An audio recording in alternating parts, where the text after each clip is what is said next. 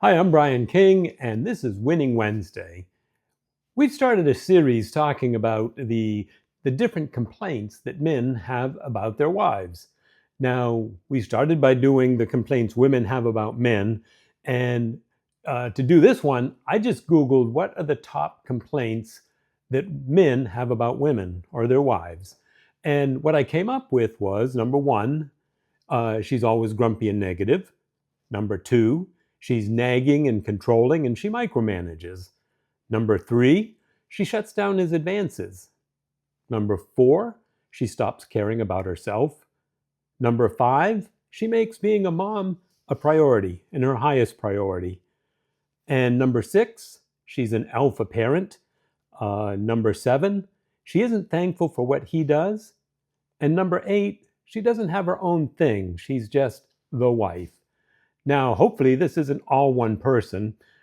These are all individual complaints that men have about wives in general. And like I said, I Googled these. I didn't make these up. This is what they said the top 8 complaints were of that husbands have about wives. And today, I'm going to tackle number 2, which is actually a pretty interesting one. Probably a little bit of a dangerous one to talk about, but I'm going to tackle it anyway. And that is she nags, controls, and micromanages. Hopefully, nobody out there is dealing with that. I only had to deal with little tiny bits of that. So a lot of what I'm going to talk about is from my small experience with that, because I have a wonderful wife who's probably listening to this, and she needs to know that I don't think she's nagging and controlling, because that would not be a good thing. However, the good news is that nagging and controlling in general is not a character flaw. You don't need to fix her. That's not the issue. She's not broken. Nagging and controlling in general is a response. And it's basically a response to feeling something that is wrong. Like she's trying to sound the alarm. It's more of a response than a character issue. And what I mean by that is if you find out what she's concerned about, then you can manage and control that. You can't manage and control her, but you can manage and control the situation that's leading her to feel like she has to be in control and she has to micromanage. Lots of times it's because she's, feeling unheard. So she has to repeat herself. And basically that, to us, obviously comes across as nagging. If you tell me once and, I'll get to it eventually, and if I don't, then you tell me again. Well, we perceive that as nagging. She's thinking, oh, he didn't hear me, so I've got to tell him again. Another one, it can be, she can feel like she's disconnected emotionally from you. And if she thinks, well, I can fix this, I just need to control him, and then I won't have that problem anymore. And it obviously backfires, because the last thing men want is to feel like they're being controlled. And it doesn't work. You can't control us. As a matter of fact, it usually drives us in the other direction. Another common reason for this is that she's feeling unappreciated. And lots of times that's something we can do about, because we can just start appreciating her again once we find out what it is. Now, there's 2 difficulties with this. First of all, sometimes you can find out what the problem is and why there's so much stress, but you can't do anything about it. Like if the finances are in horrible trouble and it's something it's going to take some time to work through, you can't make that go away. But you can help reduce the stress by letting her know, instead of stonewalling her and running in the other direction when you feel like she's nagging and controlling. You can get in there and say, hey, I know, I agree with you. The finances are a mess. I don't know what to do. We're going to have to work on it. Let's work on it together. And that you might have some more luck with, and you might be able to kind of counteract that tendency of hers to try to be controlling. And it's going to take some work because, like I said, sometimes there are things you can't change, and you're just going to have to, work through them over time. The first time I kind of ran into this was actually before we were even married.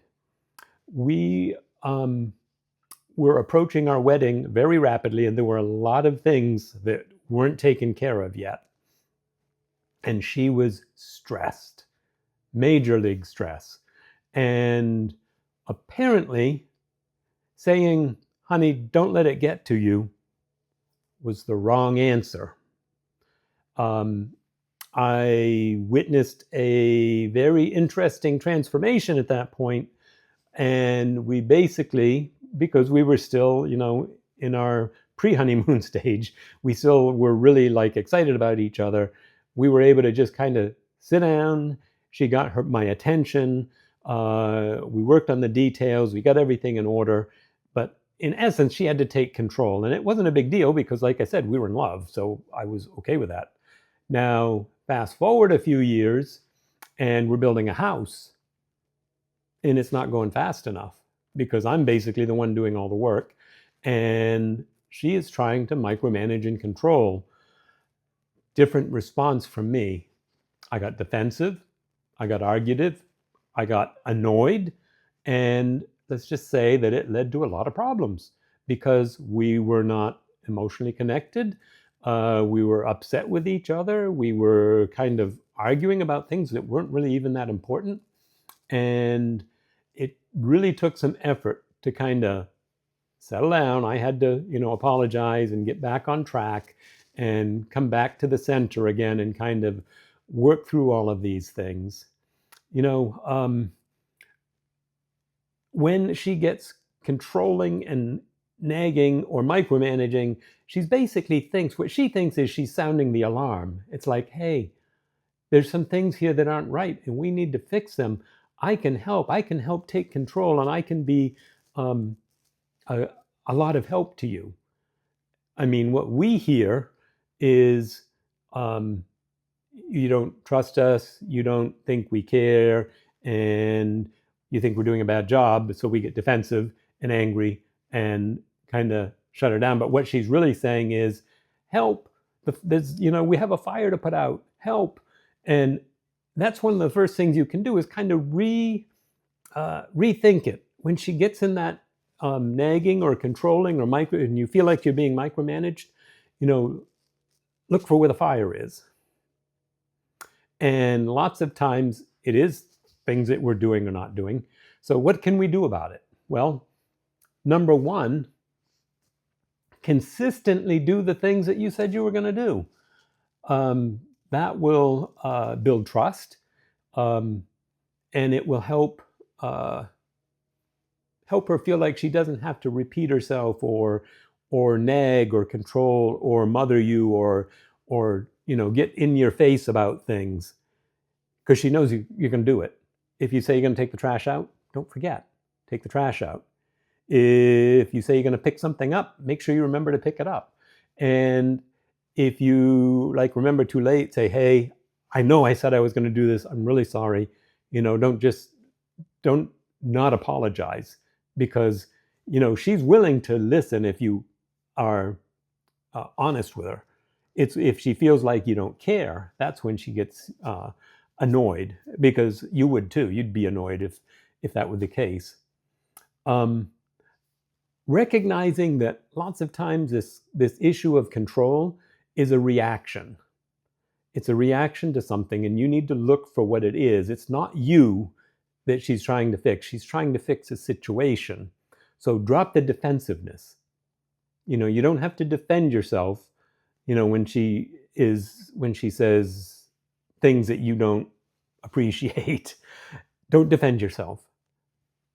Look at it and try to figure out what's really the problem here.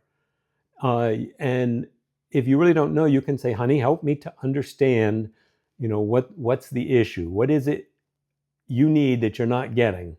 I'll help.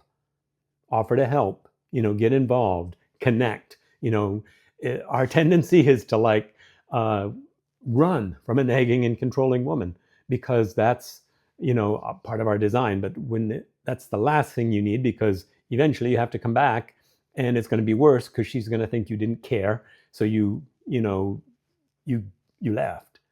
That's bad. So when drop the defensiveness, get in, don't argue, don't complain. Get in and say, honey, what's really going on? What's stressing you? It could be something with the kids. It could be something your in-laws said. It could be anything. You've got to kind of do some digging and get to the bottom of it so that you can help her. And don't take it personally. Like I said, this is not a character flaw. Nagging and controlling is a response to a situation. The hard part, yes, is finding out what the situation is. But then once you do find out what it is, you can take steps to overcome it. And like I said, sometimes it's going to take time. But if she knows that you're on her side and that you understand the problem, that's one of the reasons she's sounding the alarm. She doesn't think you understand the problem. When in most cases we understand the problem and it sucks so bad, we're just like, I'm going to put that aside. I'm not going to worry about it right now. And she's like, how come you're not worrying about this? Don't you see it's a big problem? Well, yeah, I see it's a big problem, but I'm not going to deal with it right now. No, we need to deal with it right now. So it's kind of a perpetual motion thing if you don't take care of it. You're going to have to take the box down, open it up, look at it with her and say, I can't fix this right now, but I have a plan. Over time, we'll fix this. It'll get better. Trust me, don't worry.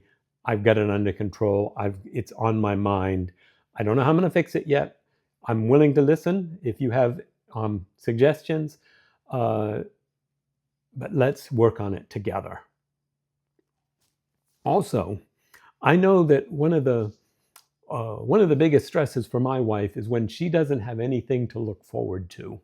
So make sure you do some planning with her, because if she feels like, oh man, today is the same as tomorrow, is the same as yesterday, and we're just like slogging along and this is never going to change. I've got 3 kids in diapers. I'm going to do, there's just everything's nothing to look forward to. Well, put something on the calendar. Hey, we're going to go to the beach next weekend, or we're going to, take a little mini vacation and go somewhere, or hey, let's go see this concert. Just get some things on the calendar so that she always has something to look forward to. It's incredible how much she's willing to put up with if she has something to look forward to. Sometimes things take time. It takes time to raise kids. It takes time to do all the work that is involved with that. Taking care of a house takes a lot of time. It's working your jobs takes up a lot of time. If you don't have something to look forward to and you don't think anything's ever going to change, it can be very, very stressful. And if she brings that to you and you're defensive and argumentative and take it personally, then you're just going to drive her further away and make it worse. So don't do that. Do the opposite. Get in there with her, plan some things, help her to work through the stress. You'll come out a lot better off on the other side. If the nagging and controlling is really over the top, and it's just like you can't get a word in edgewise, and there's just arguing and stuff, you can set boundaries. It's a good thing. It's okay to say, let's figure this out together. It's okay to say, we're going to talk about this, but not while you're upset like this. Let's make a date. We'll plan up. We'll talk about it. We'll sit down and then do it. You have to do it.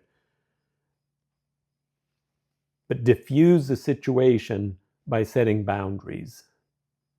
You can do that. You don't have to put up with emotional abuse, is what I'm trying to say. You can, tell her to cool off, settle down. You have to be extremely careful doing that. But you do it by saying, okay, I hear you. I know there's a problem, but we need to calm down before we can talk about this. And then take it, put it on if it can't be the same day, put it on the calendar. say, let's go take a walk. When separately or together or whatever. When we come back, we'll have some coffee, sit down. I want to solve this. I want to work on it, but we can't fight about it. See how it works. Like I said, if it's over the top, don't let it escalate. Do everything you can to de-escalate it, because those are the kind of things that can destroy marriages.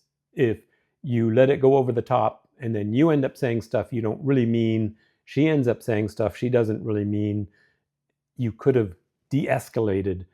And that's a really good thing to do. It's hard because you get so emotional and you're so tied up in it and it seems so huge. But when you come back and look at it, it's like, have a little bit of quiet time, come back, look at it, and it may not seem as big. I know we've done that a lot of times. My wife has a tendency to be very intense, and sometimes I have to just say, hey, let's bring it down a notch. When she gets intense, I get intense. It's like a reaction. And when I feel myself doing that over the years, I've come to the conclusion that that's when I need to say, let's bring it down a notch. We don't need to be, loud. We can talk about it calmly, because she feels like I'm raising my voice. So she gets upset and she raises her voice. And eventually that's how shouting matches start. So de-escalate. Don't take it personally. Remember, this is not a character flaw. This is all in response to stress. So find out what the stress is and do everything you can to remove it, and you can win. That's it for today's Winning Wednesday. Next week, we're going to talk about sex, because apparently the third complaint that men have is that she shuts down his advances. So that'll be an interesting one. We will see you next week for another Winning Wednesday. And if you are getting something out of this, please like, share, and subscribe. Thanks for listening.